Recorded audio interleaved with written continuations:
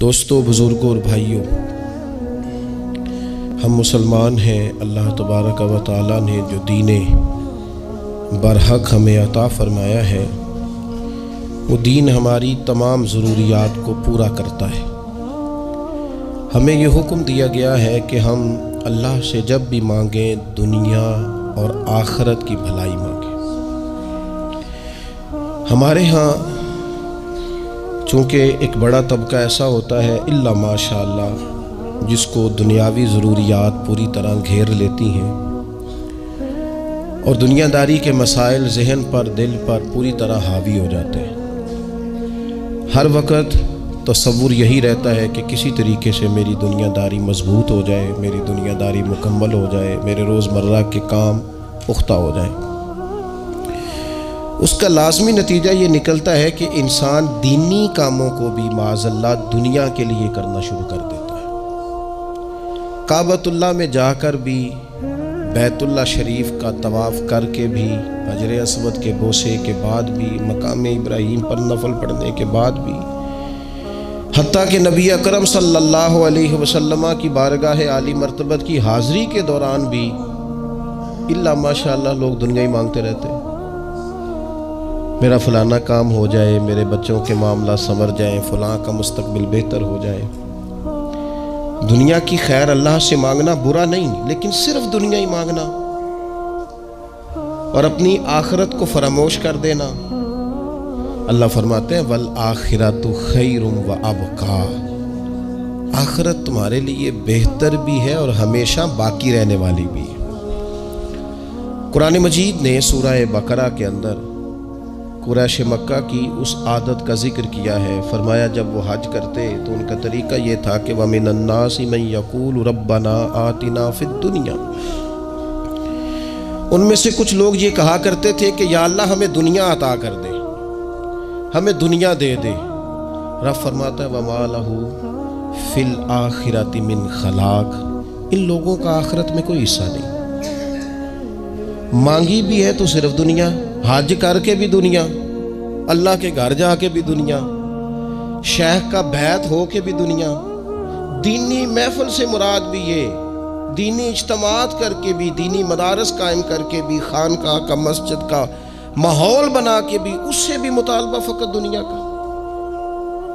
ان کفار کی اس عادت کو ذکر کر کے ہمیں سمجھایا گیا کہ جو فقط دنیا مانگتا ہے اس کا آخرت میں کوئی حصہ، اور فرمایا کچھ لوگ ایسے ہیں وَمِنْهُمْ مَن يَقُولُ رَبَّنَا آتِنَا فِي الدُّنْيَا حَسَنَةً، اچھا انہوں نے دنیا بھی مانگی تو صرف دنیا مانگی، حسنہ نہیں مانگی۔ اور یہاں فرمایا کچھ لوگ ایسے ہیں جو رب سے کہتے ہیں یا اللہ ہمیں دنیا میں بھی بھلائی عطا فرما، دنیا بھی دے تو حسنہ دینا، وہ دنیا دینا جو ہمارے دین کو تقویت دے، وہ دنیا دینا جو ہمارے اعمال حسنہ کو مضبوط کرے، دینی معاملات کو تقویت دے، دنیا بھی وہی عطا فرما۔ اور ساتھ کہتے ہیں وَفِي الْآخِرَةِ حَسَنَةً، یا اللہ ہمیں آخرت میں بھی بھلائی ہی عطا فرما، وَقِنَا عَذَابَ النَّارِ، اور ہمیں دوزخ کے عذاب سے بچا، أُولَٰئِكَ لَهُمْ نَصِيبٌ مِّمَّا كَسَبُوا، فرمایا ایسوں کو ان کی کمائی ہی ملے گی، جو انہوں نے کیا ہے وہ خوش نصیبی انہیں ضرور میسر آئے گی، چونکہ دنیا بھی مانگ رہے ہیں، آخرت بھی مانگ رہے ہیں۔ ہمیشہ کوئی بھی کام کریں کسی قسم کا بھی، اس میں یہ دیکھیں کہ کیا اس میں میرے لیے کوئی ذخیرہ آخرت بنے گا،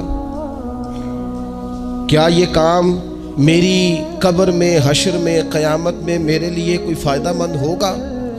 میں بڑے درد سے عرض کرتا ہوں بعض لوگ دینی کام کرتے ہیں اور ان سے جب سوالات کیے جاتے ہیں تو وہ بعض اوقات تکلیف دہ معاملہ ہو جاتا ہے کہ اس دینی کام کے پیچھے بھی وہ والا خلوص نہیں جو ایک مسلمان کا رب و رسول کے ساتھ ہونا چاہیے۔ اس دینی کام کے پیچھے بھی کچھ دنیاوی مقاصد موجود ہیں، تو اگر بڑی پگڑی اور بڑے جبے کے پیچھے بھی ایک دنیا دار چھپا ہوا ہو، لوگوں کو تو دھوکہ دیا جا سکتا ہے، رب و رسول کو تو نہیں نہ دیا جا سکتا۔ وہاں تو دلوں کا خلوص ہی پہنچتا ہے، وہاں تو نیتوں کا حسن ہی پہنچتا ہے۔ تو اللہ تبارک و تعالیٰ سے جب بھی سوال کیا جائے دنیا اور آخرت کی بہتری کا سوال کیا جائے۔ ایک لفظ ہے حدیث پاک میں جس کو عافیت کہتے ہیں، ترمذی شریف میں حضرت سیدنا عباس بن عبد المطلب رضی اللہ تعالیٰ عنہ، آپ کی روایت موجود ہے، فرماتے ہیں میں نبی پاک صلی اللہ تعالیٰ علیہ وسلم کی خدمت عالی مرتبت میں حاضر ہوا تو میں نے عرض کی یا رسول اللہ صلی اللہ تعالیٰ علیہ وسلم، مجھے ایسی چیز بتائیں جو میں اپنے رب سے مانگوں۔ چیز مانگنی ہوتی ہے نا، بعض اوقات موقع ملتا ہے تو کئی دفعہ انسان امتحان میں آ جاتا ہے کہ اب مجھے موقع مل گیا ہے، مجھے کہا گیا کچھ مانگ لو تو بھلا میں کیا مانگوں۔ حضرت عباس بن عبد المطلب رضی اللہ تعالیٰ عنہ نبی پاک علیہ السلام کے پیارے چچا جان ہیں، عرض گزار ہیں یا رسول اللہ صلی اللہ علیہ وسلم مجھے بتائیے میں اپنے رب سے مانگوں تو کیا مانگوں؟ تو حضور نے فرمایا رب سے عافیت مانگو۔ کہتے میں کچھ دن رکا، کچھ دنوں کے بعد پھر حاضر بارگاہ ہوا اور عرض کی یا رسول اللہ صلی اللہ تعالیٰ علیہ وسلم مجھے بتائیے میں اپنے مالک سے مانگوں تو کیا مانگوں؟ تو حضور نے پھر فرمایا اللہ سے مانگنا تو عافیت مانگنا۔ بزرگ فرماتے ہیں یہ عافیت کیا ہے؟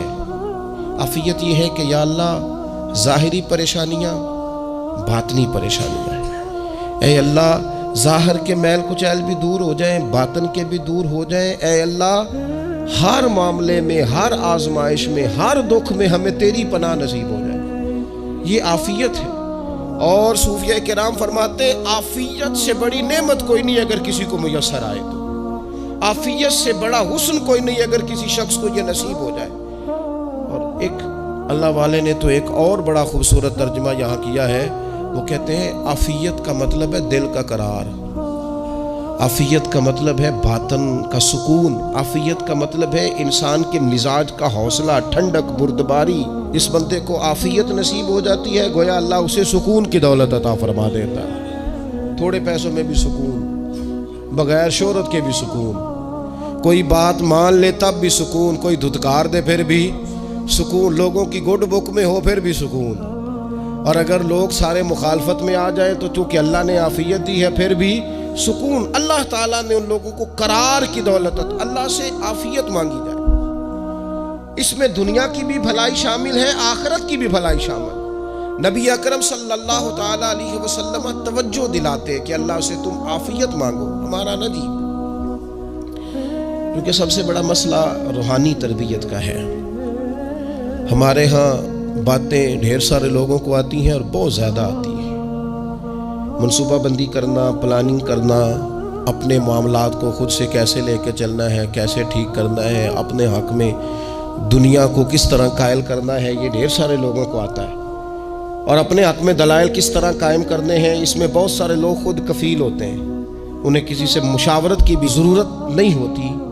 لیکن اللہ کی بارگاہ سے اپنا رشتہ کیسے جوڑنا ہے، مالک سے کرم کا سوالی کس طرح کر کے ہونا ہے، اللہ سے عافیت کا سوال کیسے کرنا ہے، یہ چونکہ روحانی تربیت میں ہمارا مزاج نہیں ہوتا لہذا ہم اس طرف جاتے نہیں، ہم وہ اپنی مرضی کی چیزیں، یعنی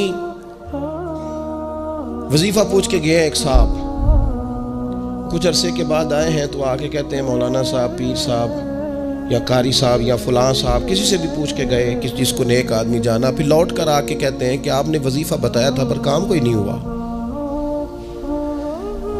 تو میں تو صاف کہتا ہوں اور کھلے دل سے کہتا ہوں کہ بھئی وظیفہ آپ کو بتایا تھا کہ اللہ کی رحمت متوجہ ہوگی، خدا کی رحمت کو آواز دینے کے لیے وظیفہ دیا تھا، کوئی بھی وظیفہ رب کو مجبور تو نہیں نہ کر سکتا معاذ۔ اور وظائف کس لیے پڑھے جاتے ہیں کہ جلدی سے معاملات ٹھیک ہو جائیں، میرے حق میں چیزیں بہتر ہو جائیں، تو اللہ کی رضا کے لیے پڑھے جاتے ہیں۔ تو وظائف کو، عبادات کو، نوافل کو، تلاوت کو، درود پاک کو تو رضا الہی کا ذریعہ بنانا چاہیے، لیکن ہم چونکہ ایک پورا الجھاؤ رکھتے ہیں اپنی دنیا داری کے معاملات سیدھے کرنے، ایک پورا خیر رکھتے ہیں، وہ لوگ ملتے رہتے ہیں مختلف بزرگوں کی نسبت کے تعلق سے، تو بعض جگہوں پہ بعض لوگ بڑے تیز ہوتے ہیں، یعنی ان سے آپ کی ملاقات ہوتی ہے تو بندے کو محسوس ہوتا ہے کہ یار اسے تو پہلے ہی ساری باتوں کو پتہ ہے، اور کئی دفعہ ان سے ملنے کے بعد احساس ہوتا ہے کہ یار اس سے تو تھوڑا سیکھ ہی لیتے تو بہتر تھا، یہ تو بات بڑی آگے نکل گئی، سارا پتہ ہوتا ہے، باشعور ہوتے ہیں، لیکن ڈر آتا ہے اللہ سے۔ اتنا باشعور آدمی، سمجھدار، پنچایت، پریا، لوگ، دین، دنیا سارا پتہ ہے، نماز کا ٹائم آ گیا تو وہ چھپتا پھرتا ہے، اس کی طبیعت پر بوجھ بن رہا ہے معاذ اللہ اللہ کے حضور حاضر ہونا، اسے خیر کا کام کرنا پڑ رہا ہے تو وہ ادھر ادھر نکلتا جا رہا ہے۔ تو سوال یہ ہے کہ پھر یہ شعور کا کیا مطلب رکھا ہوا ہے ہم نے؟ پھر اللہ سے دعا کرنے کی ضرورت نہیں۔ وہ حضرت عارف رومی رحمۃ اللہ تعالی علیہ فرمایا کرتے تھے بعض لوگوں کو رب سارا کچھ دیتا ہے، سجدے کی توفیق نہیں دیتا۔ اس کا مطلب یہ ہے کہ وہ کہتا ہے یہ سارا کچھ لے اور نکل جا، میرے گھر نہ آنا، رکھ سارا کچھ پاس۔ رب سے عافیت مانگی جائے، اس سے اس کا فضل مانگا جائے، اس سے اس کا کرم مانگا جائے۔ اللہ کے پیارے رسول صلی اللہ تعالی علیہ وآلہ وسلم اس عافیت مانگنے پر زور دیتے، توجہ دیتے۔ میں آپ کو صحیح بتاتا ہوں، رب نے اگر کسی بندے کو عافیت میں رکھا ہو نا تو حالات کیسے بھی برے چل رہے ہوں اس کا بگاڑ کچھ نہیں سکتے۔ اور اللہ تعالیٰ معاف کرے 100 دفعہ خاکم بدہن، اگر کسی وقت اس کے کرم کی نگاہ پھر جائے تو پھر سارے اسباب سمیت بھی انسان اپنے پیروں پہ کھڑا نہیں رہ سکتا۔ اس سے جب تک طلب کرم نہیں ہوتا، طلب عافیت نہیں ہوتی، اس کی بارگاہ سے جب تک بندہ مومن پورا رجوع نہیں کرتا، یہ عافیت اتنی اعلیٰ چیز ہے کہ نبی پاک علیہ السلام نے فرمایا آذان اور اقامت کے درمیان جو وقت ہوتا ہے اس میں دعائیں رد نہیں ہوتی۔ دعا مانگا کرو گے تمہاری اللہ اپنے فضل سے قبول کر لے گا۔ عرض کی یا رسول اللہ کیا مانگے؟ تو فرمایا عافیت مانگو رب سے۔ حضرت انس بن مالک حدیث کے راوی ہیں رضی اللہ تعالیٰ عنہ، یہاں بھی فرمایا یہ عین قبولیت کا ٹائم ہے، اب اللہ سے عافیت مانگ لو، اس کی پناہ۔ ہم دعاؤں میں بھی محدود ہو جاتے ہیں۔ رب دا طالب کوئی نہ ملیا، جو ملیا طالب زردہ ہو۔ دعاؤں میں بھی حد بندی۔ بعض اوقات بچے بھی تربیت کرتے ہیں نا، ایک مولانا ہے، ان کا خیال ہے کہ انہوں نے مجھ سے کچھ پڑھا ہے تو کبھی کبھی استاد جی کہہ دیتے ہیں، بہت پرانی بات ہے، انہوں نے مجھے فون کیا کہ اگر آپ کبھی تشریف لائیں، تو میں نے کہا پتر دعا مانگ اللہ کو چھوٹی جی گڈی دے وے۔ تو اس بچے نے میری بڑی تربیت کی، کہنے لگا استاد جی اللہ کو لو منگنی ہے تو بڑی ساری منگو، آپ نے محدود کیوں کیا کہ بھئی یہ چھوٹی سی اللہ گاڑی کیوں اللہ چھوٹی دے، رب دے تو بڑی دے اور رحمت سے دے، اللہ سے مانگنی ہے نا جی۔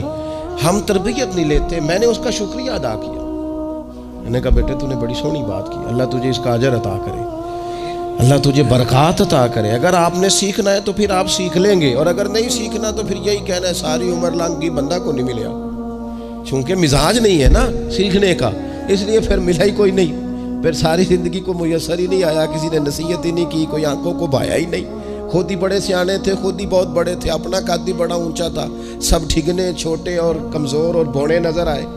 عزیز بھائی، جب عافیت، ایک بزرگ تھے ہر وقت اللہ سے عافیت مانگتے تھے، ہر وقت اللہ سے عافیت مانگتے تھے، ہر وقت عافیت مانگتے تھے۔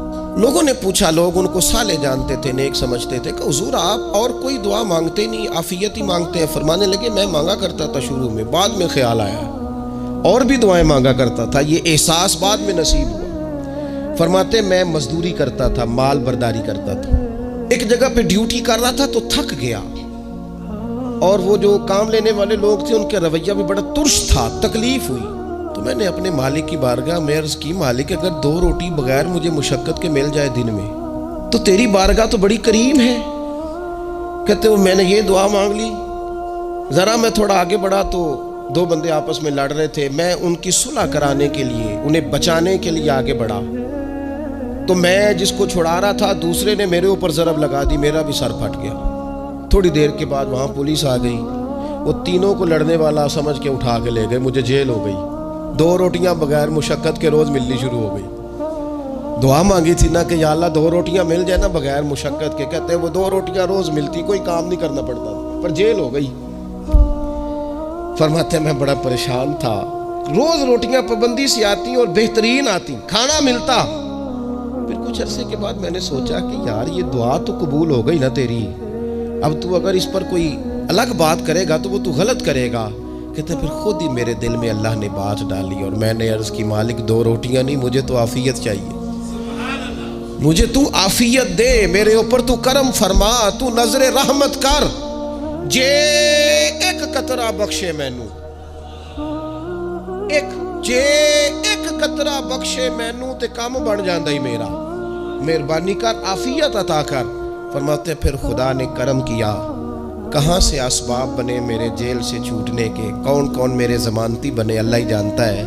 فرماتے ہیں دروازے بھی کھل گئے، رزق بھی ملتا ہے، صحت بھی میسر ہے، سجدہ بھی کر لیتا ہوں، سویرے تلاوت بھی کرتا ہوں، شام کو مدینے والے کی بارگاہ میں رج کے درود و سلام بھی عرض کرتا ہوں، میں ممکن ہوتا ہے تو کسی غریب کی داد رسی بھی کرتا ہوں۔ اب سمجھ آئی ہے، ربنا آتنا فی الدنیا حسنۃ وفی الآخرۃ حسنۃ وقنا عذاب النار۔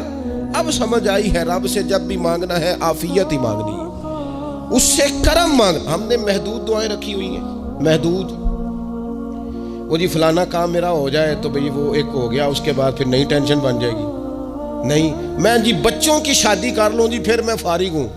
آپ شادی کر کے دیکھیں، لاگ پتہ جائے گا کیسے فارغ ہوتے ہیں۔ آپ یہاں رکتے کیوں ہیں؟ آپ خدا سے عافیت کیوں نہیں طلب کرتے؟ اس کی بارگاہ سے وہ کیوں نہیں مانگتے کہ جو ایک قطرہ ملے تو دنیا اور آخرت کے سارے کام ہو جائیں؟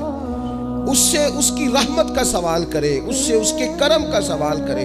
اللہ کی بارگاہ میں بھی حاضر ہونا اور جچی تلی اور جناب ناپ تول کر اور محدود چیزوں کا سوال کرنا، مالک سے مانگے، اور وہ جب دیتا ہے تو دیتا بھی بے حساب ہی ہے۔ وہ جب عطا کرتا ہے تو کرم کے دروازے کھول کے عطا کرتا ہے، ورنہ تو ایک الجھن سے انسان نکلتا ہے دوسری میں الجھ جاتا ہے، ایک گتھی کو سلجھاتا ہے پھر۔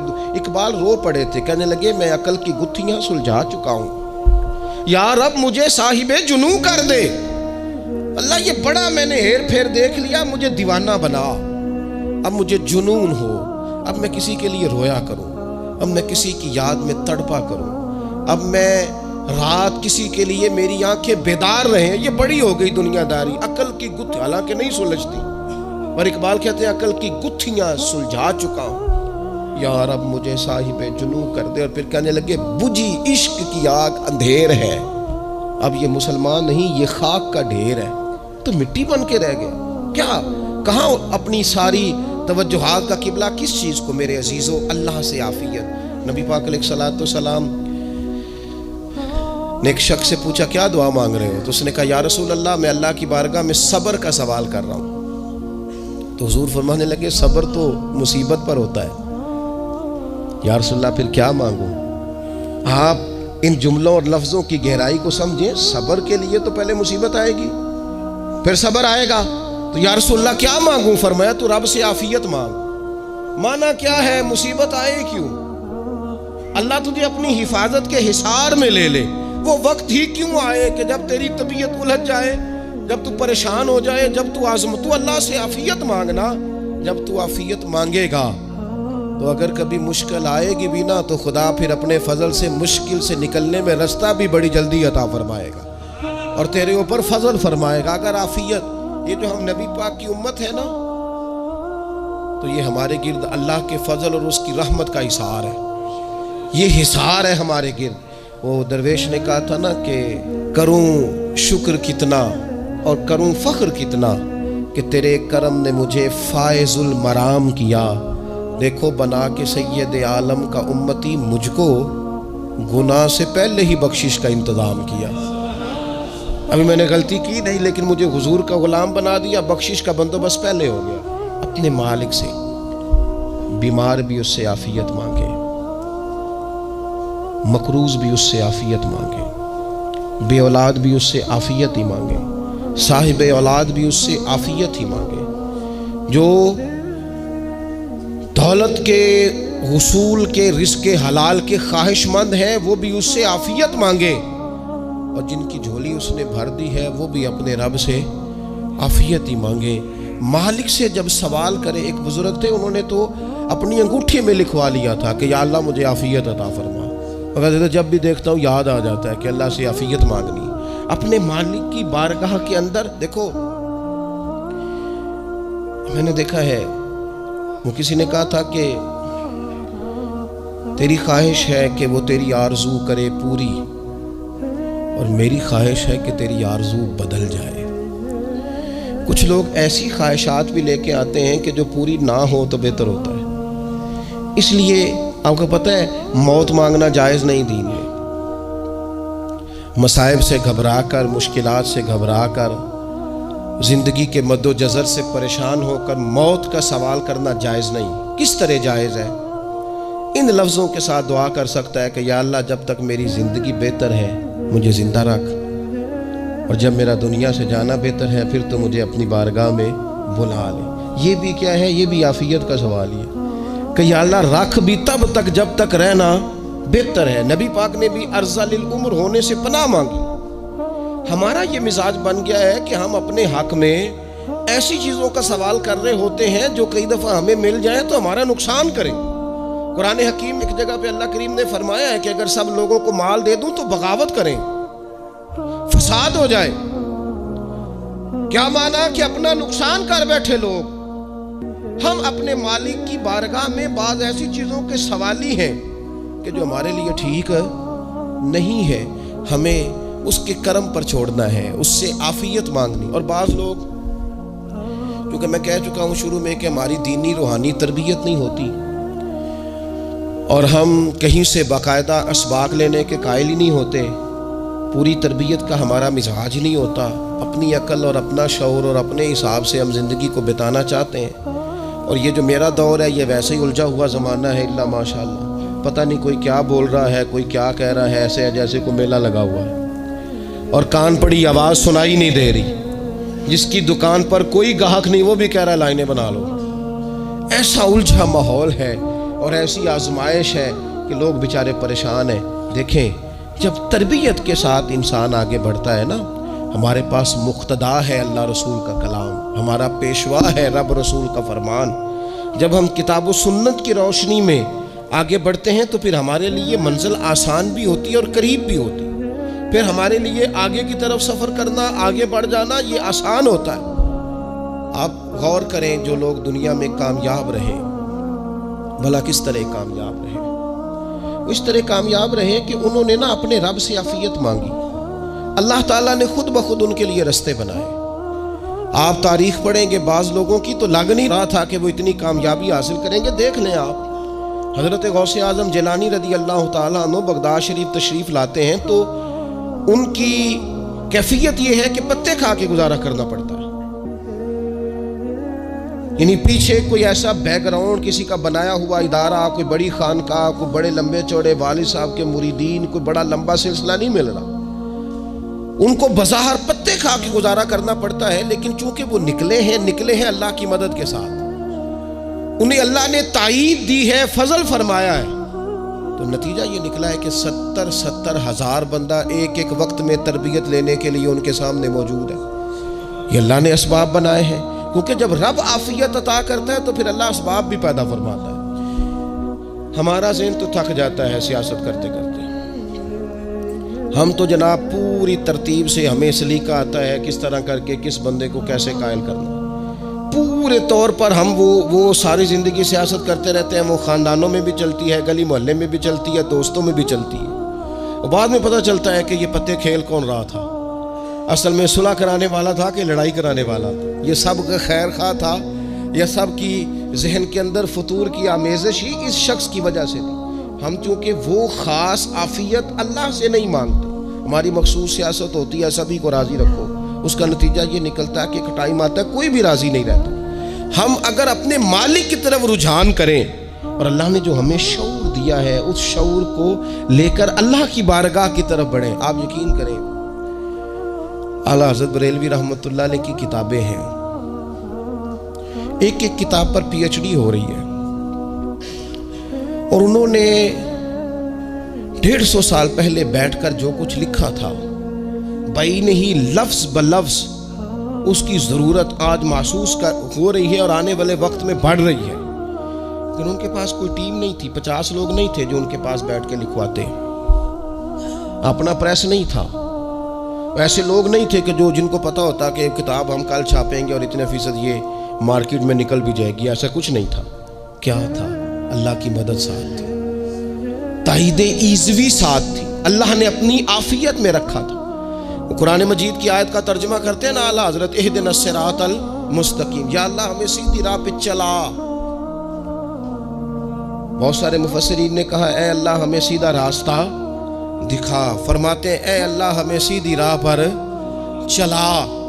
تو کسی نے کہا حضور یہ چلا اور دکھا میں کیا فرق ہے؟ فرمانے لگے دکھانے کا مطلب یہ ہوتا ہے کہ کسی نے پوچھا میں نے گجرانوالہ جانا ہے، تو دکھانا یہ ہے کہ اسے کہا یہاں سے باہر نکلو، روڈ پہ چڑھ جاؤ، سیدھے جاؤ گے، ایک پول آئے گا اسے کراس کرنا، نیچے اترنا، وہاں سے شہر شروع ہو جائے۔ پھر اس نے اگر کوئی اندرونی جگہ شہر کی پوچھ لی تو اس کو کہا کہ رائٹ ہو جانا، پھر لیفٹ ہو جانا، پھر آگے کسی سے مزید۔ یہ ہے راستہ دکھانا اور ایک ہے چلانا۔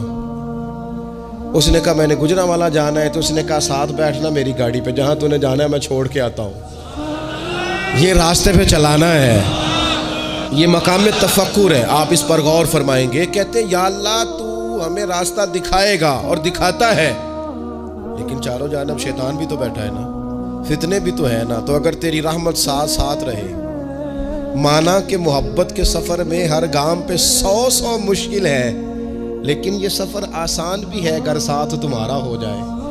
اگر تو ساتھ چلے تو پھر یہ سفر مشکل ہے۔ ہارون رشید نا اپنے محل کی چھت پہ ٹہل رہا تھا، سب سے اوپر والے چوارے پر، نیچے سے حضرت بہلول دانا گزر رہے تھے، اوپر اس کے ساتھ سپاہی بھی تھے، گن مین بھی تھے۔ اس نے کہا یہ بابا تو ذرا اوپر اٹھاؤ۔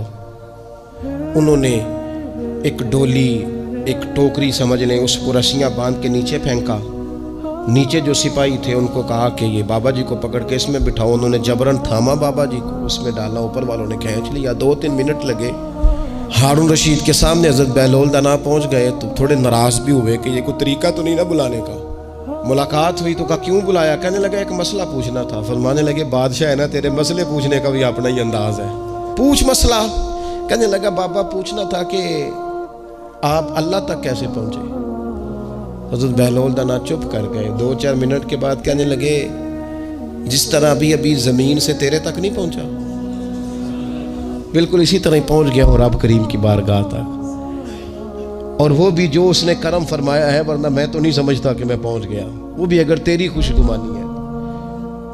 ہارون رشید کہنے لگا مجھے سمجھ نہیں آئی۔ فرمانے لگے تو بادشاہ جو ہے اتنی جلدی کیسے سمجھ میں آئے گی تجھے بات؟ فرمانے لگے اگر میں تجھ سے ملنا چاہتا نا تو میں ایک درخواست لکھتا، پھر کسی وزیر سے سفارشی سائن کراتا، پھر وہ جمع کراتا، پھر مجھے ٹائم ملتا کہ فلاں دن فلاں تاریخ فلاں ٹائم آ جانا، پھر آ کے میں لائن میں لگتا۔